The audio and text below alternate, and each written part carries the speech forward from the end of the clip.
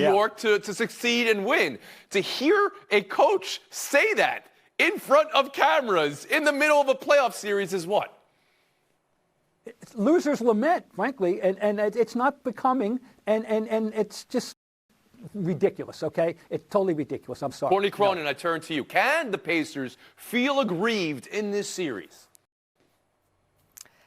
Not because of the officiating, and press conferences typically happen 15, 20 minutes after the game. I want to know which coach on his staff, which staff member was charting these 49 alleged calls that didn't go the Pacers' way that should have. Because don't you think, Tony, if there were that many that were so egregiously not called in the direction of the Indiana Pacers, that we would have heard about that on the broadcast? And for him to play the small market card and then his max contract superstar player Tyrese Halliburton say, no, officiating's not the only reason, the main reason we lost this game. We lost this game because we played poorly. They didn't shoot well from the floor, from three, from the free throw line. The Knicks had an advantage in every single one of those categories, and they didn't take advantage of when Jalen Brunson was not on the floor in the first half due to injury after he left the game for,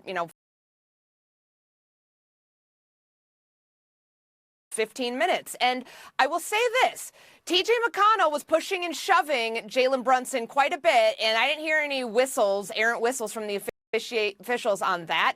Jalen Brunson just happened to make his shot, something that the Pacers were not able to do on Wednesday. Pablo, game one came down to that offensive foul call. I mean, that's a big one. And then game two, Indiana says there were 49 missed calls. And can they have any case here to feel aggrieved?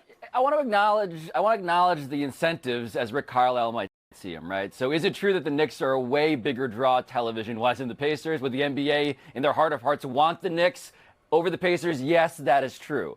Is it also true that Rick Carlisle's audience that he's trying to convince is not us, right? He's trying to convince the referees. He's trying to guilt the league office into saying, hey, everybody should be aware of that incentive and just how it's landing on us. That is the claim that he's making. Also a fair strategy. But the problem is when you watch these games, you see two teams go into their locker rooms at halftime. One team comes out, the New York Knicks, and they shoot 50% from three over games 1 and 2 the second half, 64% from the field in the second halves of those same games. So the reason they're losing is not because of the calls. Maybe there are lots of small calls they're frustrated by, but it's the lack of adjustments at halftime that feels like the fatal flaw that Rick Carlisle, by the way, that is your account. Okay. Justin Tinsley, I'll turn to you. Does Indy have any case here that they are aggrieved? I thought Drake and Kendrick Lamar was going to be the biggest beef I had to cover this week, but Rick Carlisle actually really pushed the line here. 78 calls is egregious, but it also illustrates his point. Like he's adding small market into it. He knows what he's doing when he's doing this. Look at society now. Buzzwords get people going. We see it in politics all the time. This is no different with basketball. He hears the talk about Boston and New York and a possible Eastern Conference Finals. This is his way of trying to get in front of it. But, Rick, it was your team that let the Knicks shoot almost 70% in that third quarter when the game flipped. It is your team that still can't guard Jalen Brunson. And it was your team that couldn't win a game when Jalen Brunson and OG Anunoby was hurt. So, yes, complain about the officials, but also look at yourself, too. Bob, let me ask you about the Knicks specifically. A team like maybe some you've seen in the past, but they only run 7 players, right? They're all Josh Hart hasn't missed a minute of the series so far. Indefatigable in that way. They're sometimes squeezing water from a stone, and then they're undefeated at home this year. How do you view this Knicks team? Likeable, lovable, rootable, and I'm saying that from a vantage point 220 miles north, which is almost heresy. Pablo? Yeah, I am worried about their ligaments. I'm worried about Tom Thibodeau playing them. Right, when Brunson went down, everyone was ready to say this is because of the minutes, right? I was on Basketball Reference checking average minutes, and by the way, take the over with Tom Thibodeau. But the reality of the present is that they are winning games at the end of games in ways that are a testament to the coaching and to the toughness. It's working for now, and that is beyond the expectations we should have. And Josh Hart going over to Reggie Miller? I love it. So Tinsley, you don't think he went too far Word there, economy. right? I mean, Nah, man. This is the Pacers and the Knicks. This is the history. I love that stuff. We'll wait until the series goes to Indy for Game 3. For now, we talk Nikola Jokic, MV3, his third MVP in 4 seasons. Bob Ryan, I don't need to tell you, that is rarefied air, the list of all-time greats that Jokic has now joined. This year's race versus Shai Gilgeous-Alexander. Maybe some would take SGA. I'll ask you point blank, Bob. Who would you take for MVP? And what does this award mean for him? And maybe whether you think the timing of it when they're down 0-2 is kind of interesting in some way. Please, Bob. There's no questioning his credentials. Now, there are other great credentials, and I understand anyone wanting to vote for SGA, particularly, and even Doncic. But we have some great players in this great competition. But we have seen, when this guy, many, many years ago when Arvydas Sabonis was around, they said if we had seen him at age 18, it was Bill Walton with a three-pointer. Well, guess what? We have him now. We have Bill Walton with a three-pointer, the second best or next to the best passing center of all time, along with Walton, who makes three-pointers and does other things. You can't question this guy. No. I love the history lesson that you can bring, Bob. But that he's on the list with Larry Bird, Magic Johnson, of course, Kareem had a spat of 3 and 4. Legitimately historical, 3 and 4 years. Jokic rises to that level for you. Oh, positively. I mean, he's an all-time player. The list is going to have to be revised whenever he quits, and we'll see how high he goes. Courtney Cronin. He was my MVP for a while, and this is a regular season award. I know the timing's a little awkward because he took 13 shots in 38 minutes in Game 2. That was supposed to be the statement and even out the series game for the Denver Nuggets, and it wasn't. But there's no denying the rarefied air he's in, top 5 in total points and rebounds, assists. The only other players to do that are himself a couple of years ago, Elgin Baylor and Wilt Chamberlain. It just feels weird because Nikola Jokic and the Denver Nuggets were favored in this series because of his pedigree and their pedigree, yet he's not playing like the best player on the floor right now. That's Anthony Edwards, Rudy Gobert from Game 1 alone, and Karl Anthony Towns before you get to where Nikola Jokic is. So in order for them to make this a series, he's got to play like the MVP level he was at during the regular season. And here's the stat that I think about to add to Courtney's cavalcade of numbers there. 0, which is the number of teammates Jokic has had who have had all-star, all-NBA, or all-defense acclaim, Tony. He's had 0 all-stars on his teams in the 9 years he's been in the league. And he's won 3 MVPs in those 9 years. And so this series against the Timberwolves, yes, Timberwolves are a better team. They were also designed in the image of the Nuggets to beat the Nuggets. Tim Connolly is the president of basketball ops in Minnesota, was the guy who designed the Nuggets. That's not surprising to me. Jokic, though, the career he's had, it is mind-blowing. We are going to have to tear up some of our historical projections given 3 and 4 is actually, radically special in the NBA. Yeah, my vote would have went to SGA, but I'm not mad at Joker getting 3 and 4 by any means. Look, he's doing things that only Kareem and Wilt have done from the center position. So that NBA top 75 list, it needs to be revised right now. He needs to be on that list. But when I look at it, Courtney just said it. This is unfortunate timing for a regular season award. Look, if Denver pushes this to 6 games, I don't think it'll be a huge indictment on him. But if they get swept, and he's the reigning Finals MVP, I don't want to say it's Dirk in 2007, but it won't fare well. I'll put it that way. Pablo, I never had put that together about the MVPs. He's won 3 now, and none of his teammates have made an all-star team. So, of course, Larry Bird and Kareem and Jordan and Magic are guys, and Russell, who have all won more MVPs, or as many MVPs, but they all played with all-stars, not Jokic. Yeah. Buy or sell next on the other side.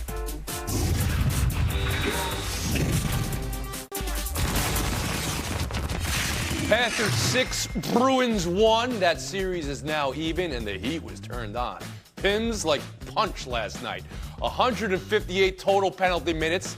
The Tkachuk-Pasternak square-off seems to have Bruins coach Jim Montgomery giving his approval. After the game, Montgomery delivered a line that I say often and I feel in my ancestral bones. I'm really proud of Pasta. Yes, sir. Yes, you are. And you're welcome.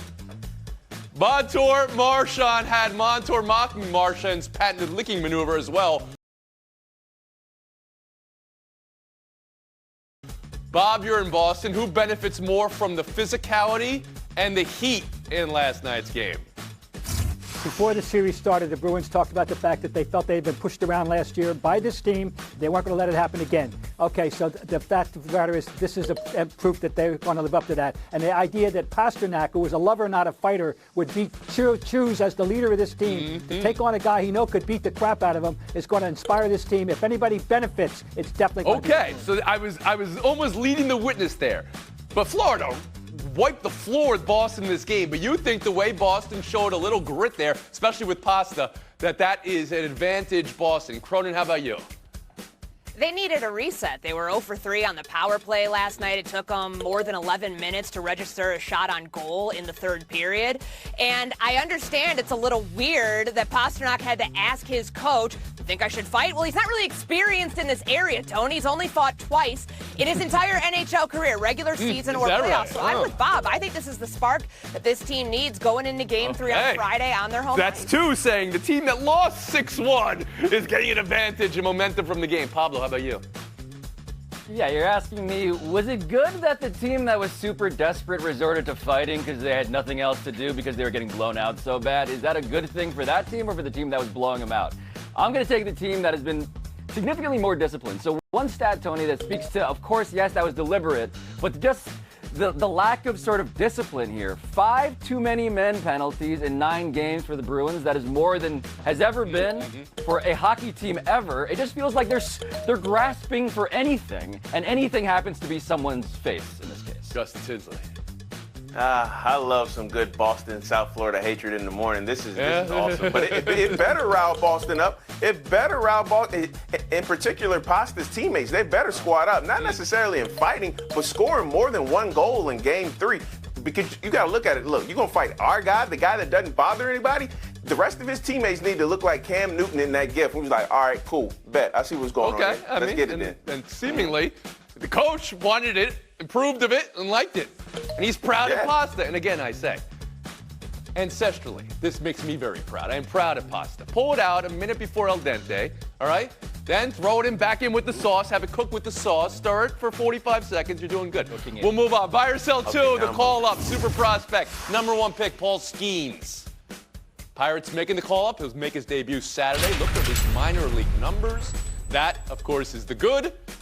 The caution comes with baseball today.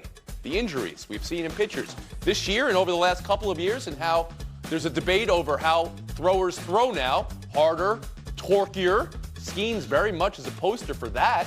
Courtney, what do you buy, what do you sell from the Skeens call-up? I'm buying that it was time. You saw him in 7 starts in AAA where he had an ERA less than 1, 45 strikeouts, 8 walks. He did all that he needed to do at the minor league level, but going into his Major League Baseball career, they've got to worry about injuries. They have to prevent this from becoming Mark Prior and Steven Strasburg 2.0. And for a team that's 5 games back of the lead in the NL Central right now, this should give this team some juice as we get into the month of June and when the race starts. So no pause here for Skeens. Tori, how about you?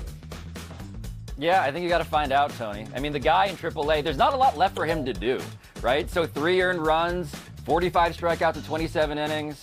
I think Courtney's correct. The phantom, the sort of boogeyman here is Mark Prior, is Steven Strasburg. Exactly who you would compare him to as an excellent college pitcher who also has this mechanical situation that just makes you worry. I don't think you'll solve that by keeping him AAA. Might as well find out what you got right now. Yeah, I buy everything about it. Pitcher's pitch, bro. You drafted him number 1 for a reason. I understand the Mark Prior and Steven Strasburg comparisons and the fear of that, but scared money doesn't make money. In his last season at LSU, this dude had a strikeout to walk percentage of 91%. He basically led AAA in all pitching categories, or most of them at least. So look, let him go out there, be the boss hog that you know he is, be the dominant guy that you know he is, and you just protect him from yourself. But let the dude pitch because everybody wants to see it anyway. Oh, okay. But what do you mean by protect him from himself? If you look at his minor league starts, he's not pitching into the 6th or 7th inning. That's not happening at all. Happened once that he got past the 5th inning. Is that what you were doing in the majors as well? at least starting him off and then just see how his body conditions to the major leagues. But you got to get him out there. You got to see what he can do. And Bob Ryan. He has this extraordinary stuff. We all know that already. He is a giant lab experiment for them. You don't have to go as far back as Pryor and Strasburg to see what the problem is. We've got so many key pitchers, quality pitchers on the IR right now. They're going to be very, very cautious with him. And by the way, looking at him, I'm a little worried already in that he's not a short armor per se, but he doesn't have full arm extension either. And I'm a little worried Here we right go. now. I'm here for this. I'm here for all mechanics. If you put up a picture of him and Mark Pryor, there is a visual similarity to the two of them. It's almost that inverted, that W inverted M that they talk about.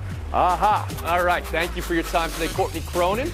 Great job on NFL Live, hosting yesterday and the day before. Bob Ryan as well. Tinsley, Torrey, showdown next. Tinsley, Pablo Torrey, good luck in showdown. Game 2's tonight.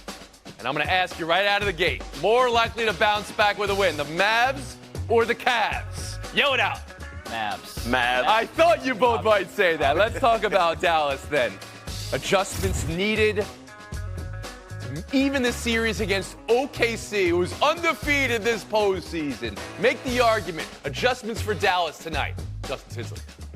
Well, game 1 was the fewest amount of points the Mavs have scored with Luka and Kyrie on the court since January 1st. And they're going to be a better defensive and offensive rebounding team this time out. And also, Jason Kidd is great at adjustments. So he spent the last 48 hours looking at game tape for adjustments and not sending that tape to the league office.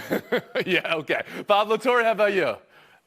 It is the second chance points, Tony. 25 of them went the Thunder's way in this game. In the last game, they're not good at this. They're like 27th in the league at second chance points. And so all you got to do, Jason Kidd, is look at that tape and realize you got out-hustled, and you're going to have to invoke some old cliches about, wanting it more. Okay. It seems like the Thunder wanted it a lot more. Justin Tinsley is getting the point. But Pablo Torrey's getting the second chance point. Oh, I like that argument, Pablo. We'll move on. Showdown 2, Stanley Cup playoffs, where 3-goal leads mean nothing, apparently. Second consecutive night in a row. 3-goal lead blown by, or 3-goal comeback made by a team. What the Canucks did to the Oilers, scoring 3 in that 5-minute stretch in the third. Pablo, was this a Canucks comeback or Oilers collapse? I have to give credit to the comeback, Tony. I mean, it's not just because their faces look like they're so happy to have pulled this off, but we just do this too often, I think. Like, yes, I get it. Like the goaltender, hang your head in shame, but they had to pull Canucks. Okay, you please. appreciate the comeback. How about you, Justin?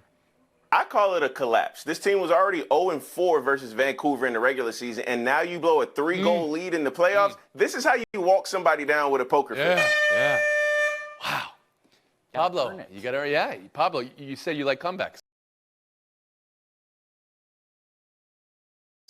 Well, if you like comebacks, you'll love Justin Tinsley coming back on you and winning the showdown. 30 seconds, Tinsley. I want to take some time to highlight Lindsey Schnell's column on USA Today about the WNBA and the history of charter flights and why it is the right time and why it also took too long, and also bringing in elements of Caitlin Clark, Asia Wilson, and race, and understand. I think it was a really well done and nuanced column. I think everyone should take some time to read that before the season starts. And also, before I get out of here, happy grandma. My grandma turned 93 years old today. She's Tony Reali's biggest fan, and she'll definitely be a fan today because I won. What's grandma's name? Clementine, who also taught Moses Malone in middle school. There we go. Happy birthday, Clementine. Grandma.